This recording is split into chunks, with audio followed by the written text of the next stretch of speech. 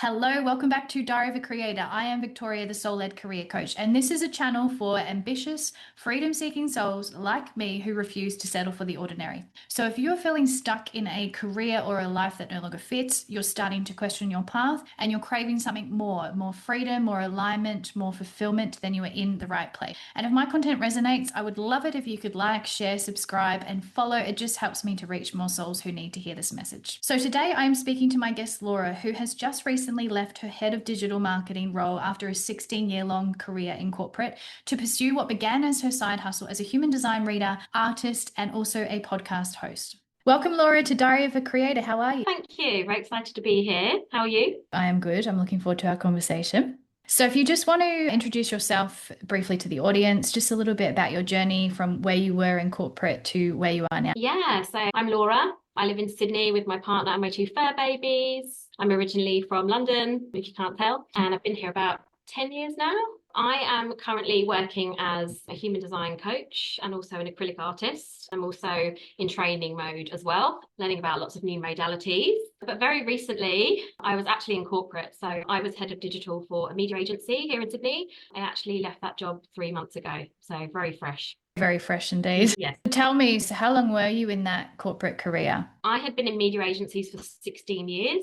Wow. After uni, I literally started at 21 years old. I worked in media agencies in London and then here in Sydney as well. So a very long time. Yeah. And of that 16 years, when was the moment where you started to go, this isn't quite it? So I'd probably been feeling this kind of like niggle deep inside for about probably 5 years, if I'm completely honest with myself. And it just kept getting like louder and louder as the time went on. Yeah. And I felt that it was like a constant battle between my head and my gut. Yeah. So it was like, on one hand, my head was like, oh, you've got a good salary, a consistent paycheck. Sounds trivial, but like a really nice, shiny office, a car spot, like lovely people. Like the people in my agency were delightful, like made friends for life, and like working in digital marketing, those skills are obviously really, really valuable. So in my mind, I kept saying, this job is great. Media is a pretty cool industry. There's lots of perks. So yeah, on paper, it was like, I've got the dream role. And then I kept like questioning, like,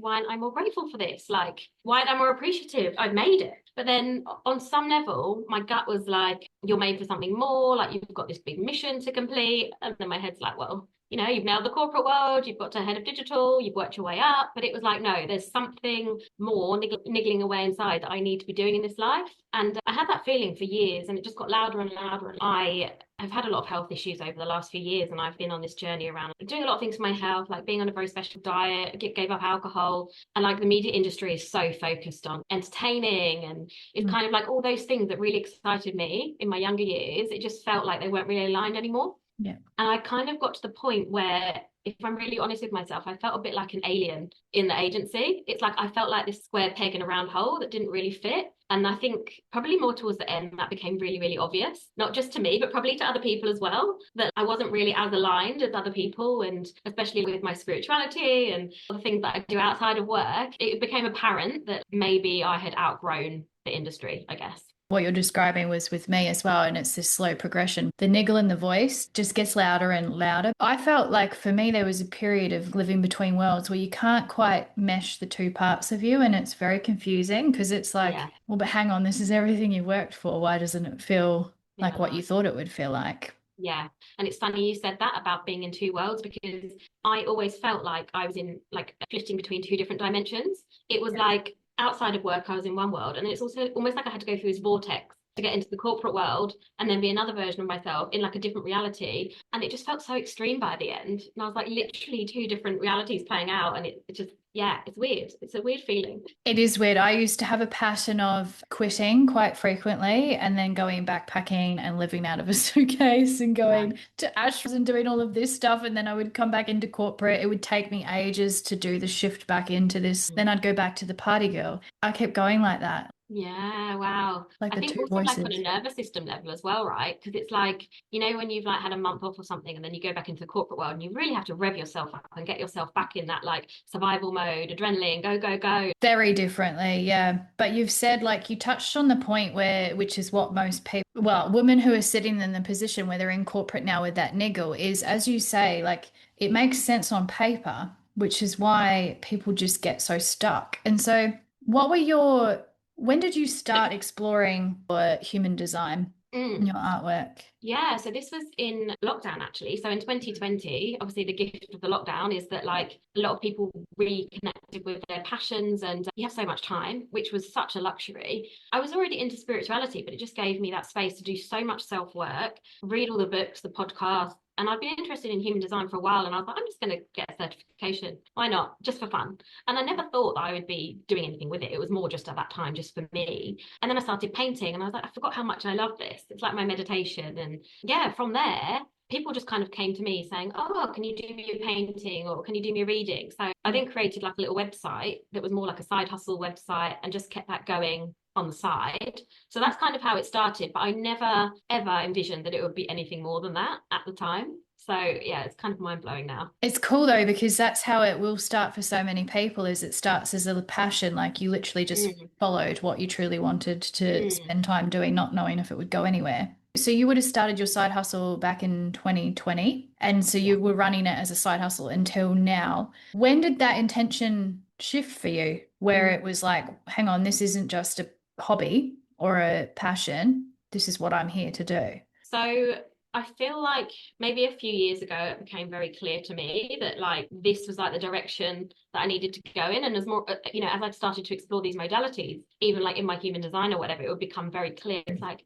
the design of the entrepreneur, or, like it would be very clear as to what I was meant to be doing. But I kind of just suppressed it because Mm. I didn't really know how to deal with it. So I just carried on doing it just very low level on the side. And you must know, like when you're in the corporate world, it's so busy. I barely had any space to focus on it. So I actually found myself getting really burnt out because trying to keep that going or even grow it on the side of, a corporate career is impossible. Or it was for me anyway, and especially in media, which is very fast paced. But yeah, a few years ago, it was like, okay, I know this is going to happen at some point. I didn't know when. So I just kind of waited, was patient, carried on, and just kind of waited for a sign that I needed to jump, I suppose. Two things I want to touch on. The thing that came up when you were talking is the importance of space, because I did something similar where I was in my full-time corporate and then I started doing all my study and I ended up burnt out too because I was Mm. trying to, in essence, lump on far too much brain work on top of a full-time. Do you feel like, from a practical perspective, that it's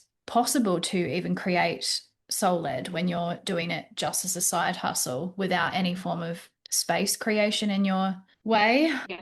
No, you go. Yeah, I think it completely depends on the individual circumstances. So like for me, media is fast paced. It's a lot. Like realistically, you don't often get a lunch break. You're probably going to be working late, right? So it's like media and starting a side hustle, very, very difficult. And then I think it also depends on what you're doing because like to put it into context for me, I have my art, which is time consuming. Painting takes a long time. You can't rush that process. I had my human design and I also started a podcast as well, just to add to the mix.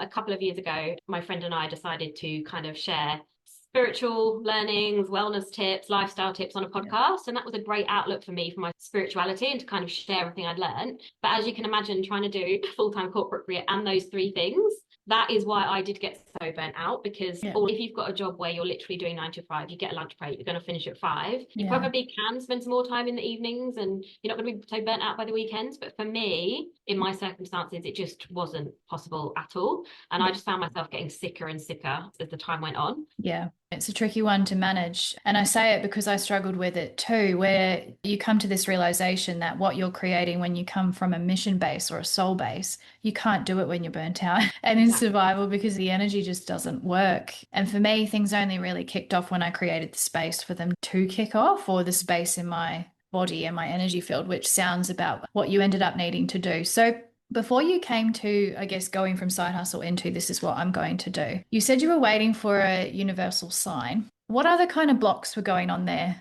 around really, I guess, believing that you could step into it as your path? I had so much fear. Like, Mm. I can't even tell you how much fear I had because it's like, it was monumental. I've had a fear of being seen since I've been 5 years old. I remember being in the school nativity play and I was an angel on stage and I had to hold the star over my face because I did not want anyone to see me. So this is like a deep-rooted fear of being seen. I can tell you mine was like, it was so strong that in 2020 my friends were like, oh, you should start like an Instagram for your human design. I couldn't even start the page. I couldn't even open an account because I was like, oh, what if people see this and they see that I've started this thing and they judge me? And it took me 12 months to even open an Instagram account. Like that's the level of fear that I'm talking about. So I've worked a lot on it. It's still there to some extent. I've come a long way, but I think it took until now to really get to the point where I did the self-work to work through those fears, because it would make me feel nauseous. I don't think I would have been ready a few years ago, to be honest.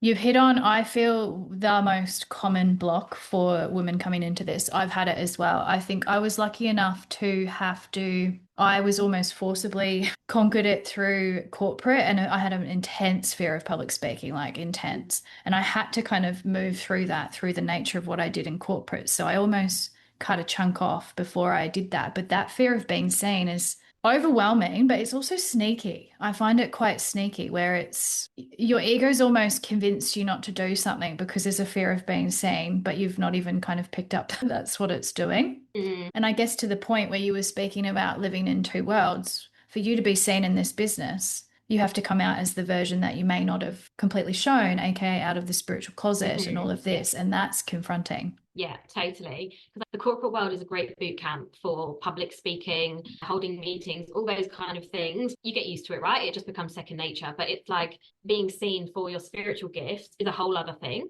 So Yeah. even though maybe I'd mastered my fear of public speaking through the corporate world, Yeah. like, yeah, being seen as this spiritual person, like all the fears came back and it was just like a whole nother level. Because like also in my industry, it was like data, technology, analytics, like such masculine things that are opposite to spirituality. And then me being in that digital role, it was just such a paradox because people almost wouldn't expect it from me, but I wanted to stay true to myself. And I think that I was quite authentic in my role. Yeah. And it's interesting. You've touched corporate as a boot camp. I love that idea because I think like everything we have in our path is gearing us up towards the next. But then corporate by its nature is masculine. I was also in data and all of those things. And you get used to presenting, but it's not you. You're just presenting knowledge. Like you can hide behind that. And I found myself hiding behind that, and I still hide behind that online, is the sharing the knowledge rather than sharing me. That's exactly it. You've hit the nail on the head, because it's like when you're selling the view of the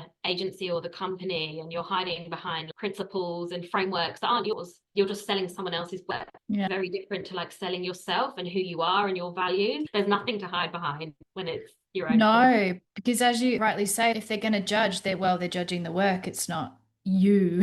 You can't take it personally. Yeah. How did you get to the point where you finally took the leap? So this is a story, but it was October last and my health had hit rock bottom. I was diagnosed with 15 different chronic illnesses, including things like Hashimoto's, chronic fatigue, adrenal fatigue, lots and lots of different things. I was getting sicker and sicker to the point where I literally was struggling to move. Like when I'd walk the dog, I'd literally have to sit on a bench halfway through the walk. I'd be so exhausted. And I was like, I cannot physically do this anymore. And I had a call with a German new medicine practitioner, and this person was basically saying, you cannot heal in this environment. Like, it's so fast paced, there's so much stress, you have to always be on. She was like, I'm just going to put it really bluntly, you're not going to heal, you're just going to get worse.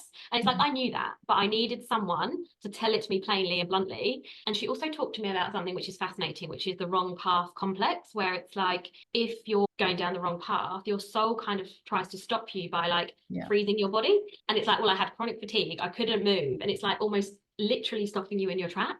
And it just like gave me goosebumps. I was like, oh my goodness, this is what is happening to me. And straight after that, I had a call with my boss, and it was a very vulnerable call. I was literally like, I don't think I can do this anymore. I was just so bored. And he was amazing. He was so understanding. He was kind of like, where do you want to go from here? How can we support you? And off the back of that conversation, there was a niggle in me being like, just quit it. But I couldn't do it. It's like the corporate world had these claws or hooks in me that were pulling me so hard that I physically couldn't break free. So we agreed on like a middle ground. So I went down to 4 days a week in October last year. I ended up having Wednesdays off, which was amazing. I finally found some kind of balance because I'd work for 2 days, have a day off, work for another 2 days. And on that Wednesday, I'd like probably do half the day of like self, like healing, rest, and then half the day of like doing a bit on my business versus having to like cram that in the evenings and stuff. And I finally felt like content. It was kind of very obvious that that was me kind of phasing myself out. And it was like, I actually, after that conversation with my boss, I ended up spending the whole day literally crying and shaking because it's like, on some level, I knew that I was unhooking myself from the corporate world. And it was like a trauma response. And I just, yeah, it was such a big step for me to kind of like even go down to 4 days a week because I knew that I would never kind of end up going back to 5. So that happened. I was doing that for a while, bumbling along, and I wasn't unhappy. Like things were good. And then in January this year, my boss sat me down. He was like, look, you need to go back to 5 days a week. You're head of digital and media agency. This is a pivotal role. We've got all these pitches coming up. Like, it's a big role. We can't really have someone in the role for 4 days a week. And I was like, I get it. I totally understand. Like, if I was you, I would think the same. It doesn't make any sense. He was kind of like amazing, like offering me some different solutions. But in my gut, I was like, I can't go back to more. I'm just going to go backwards. So before I could let my mind talk me out of what my gut was telling me and tell myself that I just needed to, go back to 5 days, like jobs are hard to come by, all this kind of, scarcity thinking. I literally handed my notice in before I could talk myself out of it the very next day. I just did it. And then I had a 3-month notice period to figure it out. So I was like, okay, hand my notice in January. By the end of April, hopefully I'll figure out some kind of plan around what I'm going to do. But it was a massive leap of faith. Like, I think I spent the whole day crying, like trying to release the trauma of handing in my notice and breaking away. It was a lot. Yeah, it's like, and you said it like the tentacles, which is, Mm. they're stronger than people realize because the tentacle really at the end of the day, well, I mean, there's many tentacles, but you're going from secure to uncertain. But there's so many tentacles there as well because we're taught from a very young age that our worth, our value, all of that is through this achievement loop, and they almost catch you on that Yeah. too. It's all these kinds of things come up.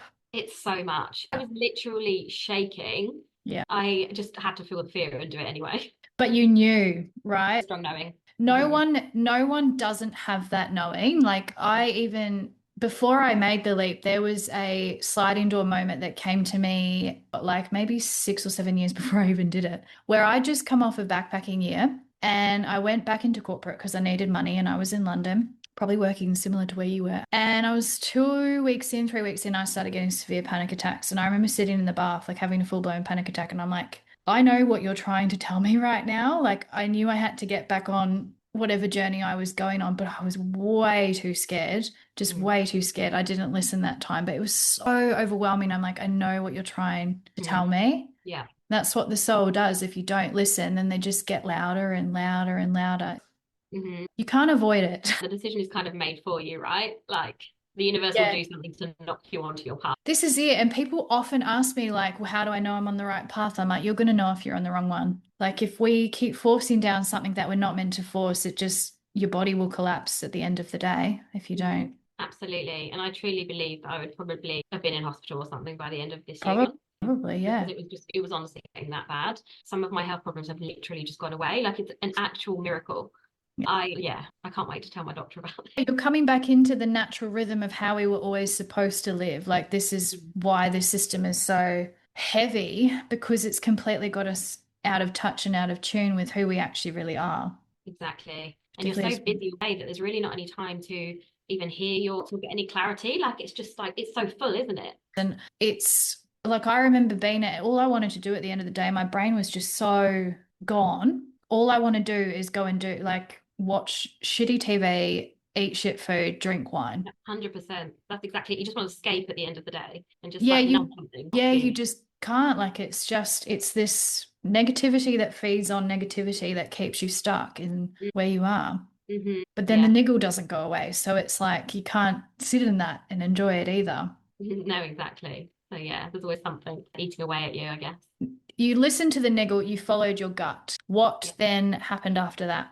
So I was just getting signs everywhere to rest. Yeah. And obviously, after 16 years in corporate, I just needed some time out. I only gave myself 4 weeks off, which looking back now, I'm like, probably should have been longer Mm. because, and what was wild to me is that like how much we fit into our days when we are working, because I was off, and it's like, well, in my life, get up, shower, get ready, walk the dog, make some breakfast, do some chores, like do a food shop, do some admin, walk the dog again. It's like the day's gone. And it made me realize, like, just even living takes up the whole day. And I could not believe how much I had crammed into my days when I was just doing all the basic stuff to get through the day and my corporate job. Yeah. Because it never got to the point really in those 4 weeks where I was sitting around doing not much, because it's like, even just like keeping the house and like looking after my pets and like, doing basic things, like it takes some time. But yeah, I also did go to the Blue Mountains for a bit, got a cabin in the woods and just did a bit of a digital detox, which was amazing. And then I'd probably say after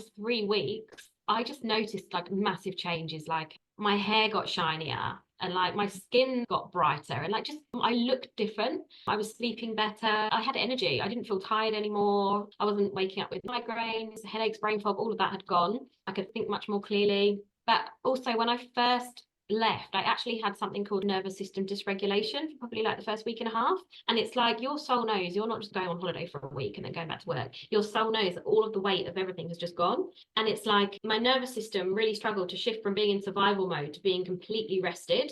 And I like couldn't even sit and watch TV that week. I would be shaking, on edge, irritable. It was like all this stuff was coming out, and it did take a while to recalibrate. Yeah, it was a weird feeling. It does. When I left London, I had 3 months, and the moment my nervous system let go, which took a little while, I got so many illnesses. I had everything go wrong. I had eye infections, skin infections, chest infection, everything. Like everything was coming out because the body's just like, that's my cycle though. Whenever I've pushed it too far, my body it just gets sick. It just needs this like recalibration. Yeah, exactly. I mentioned to you before this as well. I have also just been like fluey for the last 4 weeks. So I think that's fine. I was like, oh, it's weird. I haven't been sick yet. And then I was like, oh no, here it is. Well, because you are still coming out, and like God, I've been out for a while now, and even just training the nervous system to slow down and all of that just takes so much time because it's so wired in us to do that. So because I want to go back to this gut feel, because I know this is what other people are going to be experiencing and sitting in the moment where you get this really loud gut feel, and then your ego is going to come in and give you all of these, oh yeah, but this, and this, which is typically all the safety and stuff. And you did what I think most people almost need to do, is just almost go with the gut quickly before you come back on it and then let it unfold. What have you noticed or experienced unfolding from trusting your gut? Because when we do have that, we've taken the leap in the right direction. We have a bit of a stream come through. What's happened, or what have you noticed? Interestingly, there's been a few times in my life where I've just kind of like jumped off the cliff, taken a massive leap of faith, and just like been so fearful but just hoped the universe would catch me. And to be honest, every time I've done that, some kind of reward or magic has been on the other side. So this time I was very lucky that I had a bit of money come in that was totally unexpected. Like not in a million years would I think that would be a thing. So I knew that was kind of my version of the universe like rewarding me. But it's funny, it's like that always comes after you've made the leap, never before. Because it's like you're kind of like, universe, show me something that it will be safe, like show me that I'll be looked after. But the thing that kind of rewards you only ever comes afterwards. So you kind of just have to go first, is my pattern anyway, and what I've kind of learned in my reality. It can't, but I think that's general, right? Because if you're trying to clutch for security, then you're not actually trusting. The truth is going to ask you to go into complete uncertainty and trust that what comes is literally what's supposed to come, and it always does. Yeah. But yeah, you don't get the clarity before you leap, that you get the clarity after. 100%. Oh, good.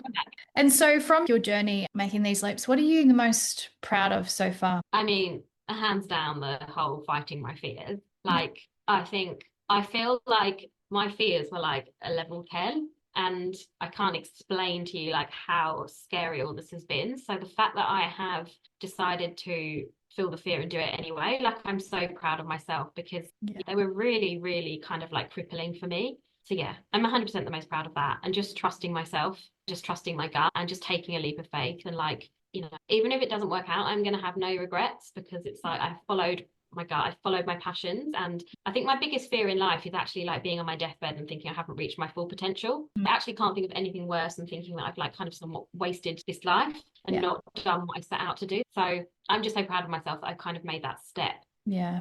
in the right direction, regardless of what happens. Like it was taking those hooks out, it was unbelievably hard. The Yeah. grip that that corporate world had on me, it was so strong. It is strong. And I love that you said that at the end of because I guess the other thing I've noticed with this path is you are going to fail and then it can get the better of you. But at the end of the day, no matter if you've lost money, you've lost time, things have failed along the way, which happens to everyone that's been successful anyway. I wouldn't regret any of that because I tried. And I think people think, oh, it would have been better not to. But if you even put yourself in the energy of being back and not have done anything, you'd just be thinking about not having done that. So your whole energy would be on that anyway, because you can't escape the niggle. You can't escape. You just got to start listening and be like, okay. And trying to quieten the mind, which is always trying to keep you safe and small and stark most of the time. And so I'd love to, for women who got the tentacle hooks in corporate, what would your words of encouragement or advice be for them? I think you can start small. If you've Mhm. got that niggle, but you don't know even what you do outside of corporate, I'm not suggesting that you just kind of quit, but I think like you can just start following your passions. So I strongly believe that your passions are directions to your purpose. Yeah. So I think like small things like thinking, okay, what really lies me out outside of work? What am I really passionate about? What am I doing? And the time just flies by. And I think like just investing time into that, kind of like I did with the spirituality. Like honestly, I had no idea I was going to have a podcast, no idea I was going to be a human design coach, no Mm. idea I was going to do paintings for people. So it was like all those things just stem from like very small passions and curiosities that I had, and they just grew completely organically over time. Yeah. And I think it's like that analogy where it's like the staircase and you can only see the next stair but you can't see the full staircase. It's Yeah. like you just follow the breadcrumbs and just trust that it will take you there. And Mm. it's like even the most obscure thing, like if you've got a passion about it or a desire to do something, it's there for a reason. So I just think like start with that and see where that takes you. Yeah. Yeah. I think when I was trying to work out where I was going in my mind, I had concluded I would be an organizational psychologist. And I don't want to work in corporate. That was just my logic putting it on. But then on the side, I was always exploring spirituality, doing like just doing energy courses because I just wanted to do energy courses. And then it just kind of trickles and you find what you lean into and what you love just purely from your own journey. Like the universe will make it happen. Yeah, it'll happen when you're on the right path. Yeah. And so, what's in the future or your next steps for you in your journey? So right now I have been focusing on building this business, like expanding on what it was for the last 2 months. So I'm very much in the building phase right now, literally getting the foundations of my business right. And the future, like over the next year, I really just want to grow it, scale it. I would love to be able to have the same income that I had from my corporate job. That's a big goal of mine. I'm also training as well. So I'm just kind of upskilling in other modalities and just trying to make myself a bit more well-rounded as a coach. Yeah. In my future, I just really want to live a really present and intentional life. Personal goal of mine. I just want to enjoy my days and be present and do everything with intention. I don't have any specific big goals for the future, but if that's how I can feel every day and I can, money from my business that allows me to travel and do the things I love, that's kind of all I'm aiming for right now. Yeah. And I think that's when you do come out of corporate and you step into this path, at least for me initially, my definition of success was still very anchored into what the corporate journey will be, where it's like you almost come at it from a legacy piece, almost like, oh, look at what I've built, blah, blah, blah. That energy can't last very long. Now I'm like flipped the whole other way. I'm like, how do I create space in my life? How do I I just want the happiness and fulfillment and yeah, enough to be able to do what I want, but it doesn't become about anything else anymore. It's like, how do I create happiness, really? Exactly. It's just like living life in a totally different frequency, isn't it? And I think like for me, the whole transition from being in fight or flight survival mode to like living in this place of like alignment and just making sure my frequency is on point. Like I'm still working on it and it's so, it's early days, but it is a journey, isn't it? To really transition from that to that. And I even started my business in the corporate frequency, you could say, of only like learning how to do systems and hustle. Got the very evident universal signs, boo, not working. And then I kind of flipped into this part where I went deep into alchemy and energy work, and everything's gone much slower, but I've built the foundation on running with this energy of like it's following the gut, not this, and going, okay, that's next, then that's next, and then we'll just fold it. which does run naturally slower, but you can't rush this path either. No, it's a totally different way of working, isn't it? It's like Yeah. hustle culture is not going to work when you're building a soul-led business. And it's like, for me, I'm finding that transition, like I'm learning a lot. Yeah. It's funny, like literally when I wake up and I'm in this frequency of like flow and like, you know, the downloads are dropping in and it's like, okay, like the universe is your business coach. Okay, what do I need to do today?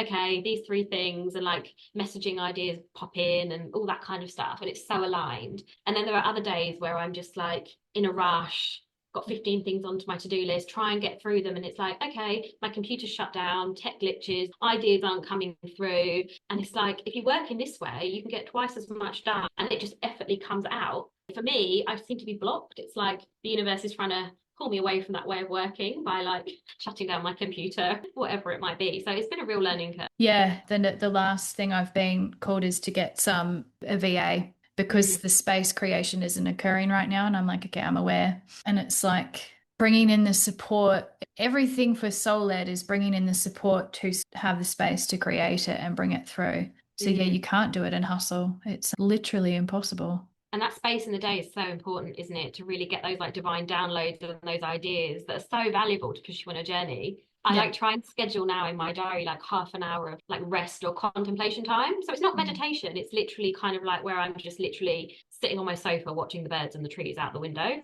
seeing what comes through. I try and do that every day and like it just really resets me. Yeah, I think even there's a lot of really, I've started listening to podcasts of these like quite high up business leaders, and a lot of them have a like morning meditation download practice where there's a recognition. And I think even it was a reel with Teal Swan where she said the people that are most successful aren't the ones that run the quickest, they're the ones who sit back and wait for alignment and then they take the flow. And then And they that's you way faster than yeah. yeah, I totally. think that's the trickery of corporate working is busyness. If you really assess a lot of what you did in corporate, a lot of it total and utter crap anyway. It's just busy to be busy. That's Yeah, just like an so addiction, true. like, oh, you're better at your Yeah, job because you're so busy. It's like, well, if yeah. that was the case, well, The someone measure else said if hard work equaled money, then everyone would be rich. I guess just to wrap things up, do you have any final words of wisdom, advice for any women that are getting that niggle?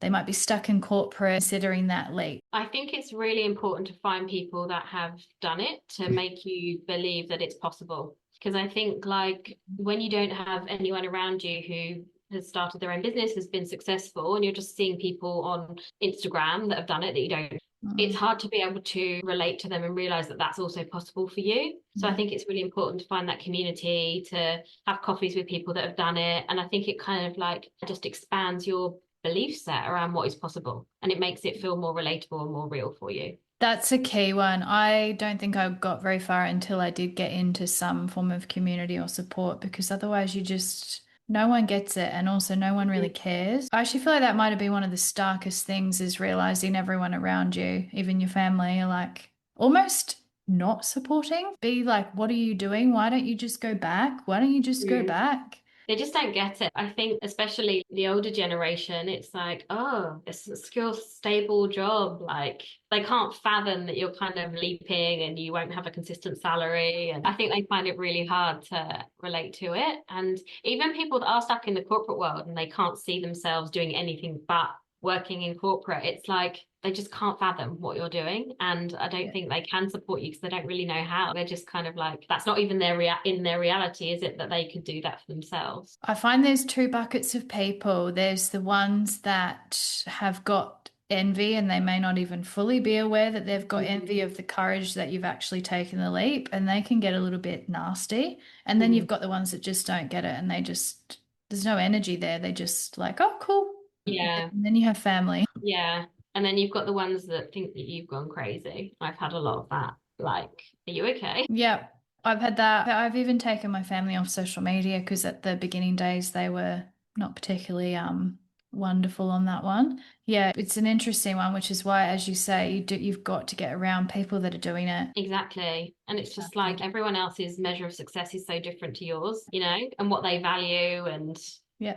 yeah, a whole new world. Yeah, and it is like it's almost be prepared for a shift out of the core people who you spend your time with. It's surprising who will support you as well. Like for me, people that I would never have expected have been really supportive.